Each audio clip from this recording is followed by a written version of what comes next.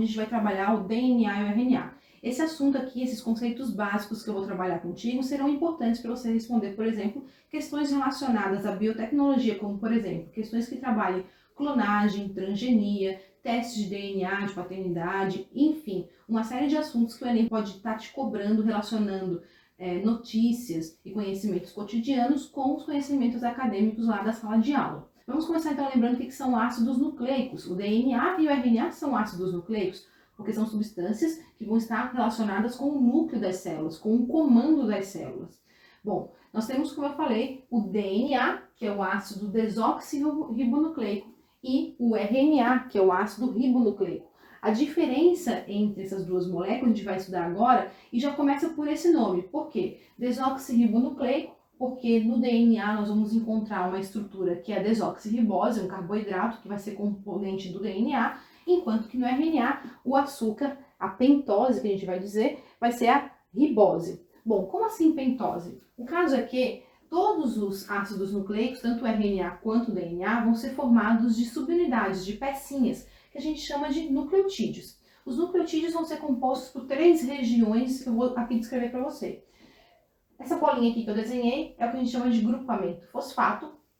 Temos aqui essa casinha que representa uma cadeia carbônica de um açúcar, de um carboidrato. Como eu acabei de falar, no DNA é a desoxirribose, uma pentose com 5 carbonos, enquanto que no RNA é a ribose, também uma pentose com 5 carbonos. Bom, e aqui essa bandeirinha, ela serve para representar o que a gente chama de base nitrogenada, que é talvez a parte mais importante do nucleotídeo, porque essa parte ela varia.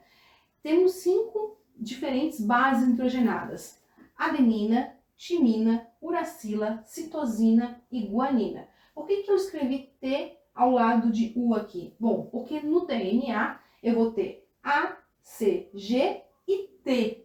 Não tenho U, enquanto que no RNA eu vou ter A, C, G e U. No RNA não temos T de timina, certo?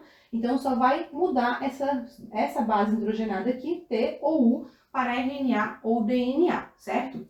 E por que isso aqui é tão importante assim? Ora, porque a sequência dessas bases nitrogenadas, esses diferentes nucleotídeos com essas bases nitrogenadas, vai formar o que a gente chama de código genético. Um pedaço do DNA que vai transcrever, vai produzir alguma característica, a gente chama de gene.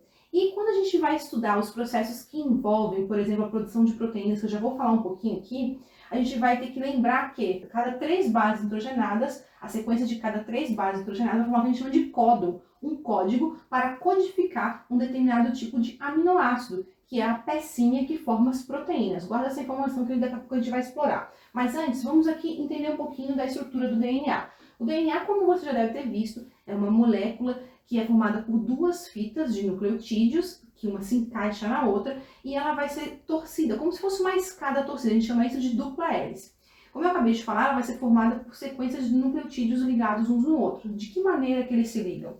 Para formar esse corrimão da escadinha, que vai formar a sequência de nucleotídeos, portanto, o código genético, eu preciso que sejam ligações bem fortes, a gente chama de ligações moleculares, entre a pentose de um dos nucleotídeos com o grupamento fosfato de outro. É uma ligação forte, que vai se manter íntegra geralmente.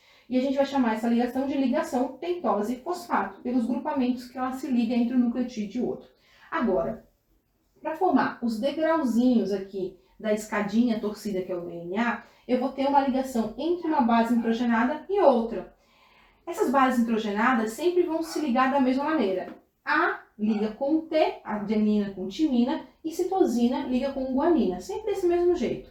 Quando a gente está produzindo um RNA a partir de uma fita de DNA, é preciso lembrar que A não vai ligar com T, A vai ligar com o nucleotídeo U, que vai pertencer ao RNA, beleza? Bom, o fato é que para ligar essas bases nitrogenadas uma a outra e formar o degrauzinho da escada, que é o DNA, a gente vai ter uma ligação que a gente chama de ponte de hidrogênio, que é uma ligação mais fraca que a ligação molecular. E por que isso é importante aqui? Ora, porque para a gente poder ler esse DNA, eu vou precisar abrir essa fita aqui para poder entender qual é o código genético, as bases nitrogenadas ali dispostas. Tanto no processo de transcrição, que é o processo de produção de RNA a partir de DNA, quanto no processo de duplicação de DNA, essa fita vai ser aberta ou parcialmente aberta para que a célula possa ler esse código genético, beleza? Por isso as pontes de hidrogênio ali naquela região, para que seja uma ligação mais fácil de ser quebrada. Continuando aqui, vamos falar então da estrutura do RNA.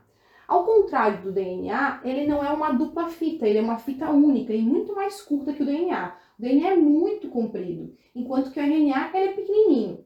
Bom, e nós temos esse RNA formado, assim como o DNA, de nucleotídeos.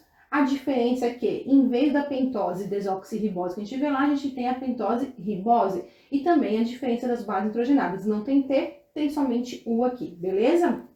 Continuando, é preciso a gente lembrar que esse RNA ele pode se dobrar sobre si mesmo, formando estruturas 3D. E essas estruturas 3D vão formar, por exemplo, os ribossomos. Então, a gente vai diferenciar que existem 3 tipos de RNA. Todos eles vão ter essa estrutura básica de fita única de nucleotídeos. Mas eles podem, então, como eu acabei de falar, se dobrar sobre si mesmo. Temos o primeiro tipo, que é o RNA mensageiro, que é o RNA que vai levar uma mensagem, um código, uma instrução do núcleo para o citoplasma. Ora, se eu preciso de uma instrução que está lá no DNA, e o DNA é muito grande, está dentro do núcleo, ficaria muito difícil de levar esse DNA para o citoplasma, onde as coisas que a célula produz acontecem. Então, o que acontece? A célula produz cópias pequenininhas, trechinhos desse DNA na forma de RNA, que a gente chama de RNA mensageiro, que leva essas instruções para o núcleo. Temos ainda o RNA ribossômico, que é o RNA que vai dar origem aos ribossomos. A gente acabou de ver na outra aula, que são as organelas formadas de RNA ribossômico dobrado sobre si mesmo, com 2 subunidades, e que vai ser responsável pela produção de proteínas. E temos ainda o RNA transportador, que durante o processo de produção de proteínas, ele vai transportar os aminoácidos que vão produzir as proteínas, beleza?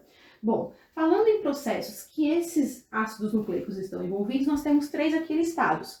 A duplicação, que é quando a célula está na fase S da intérfase, ela vai se preparar para a divisão celular, ela vai então precisar duplicar todo o seu material genético para que as células filhas recebam o seu código genético completo.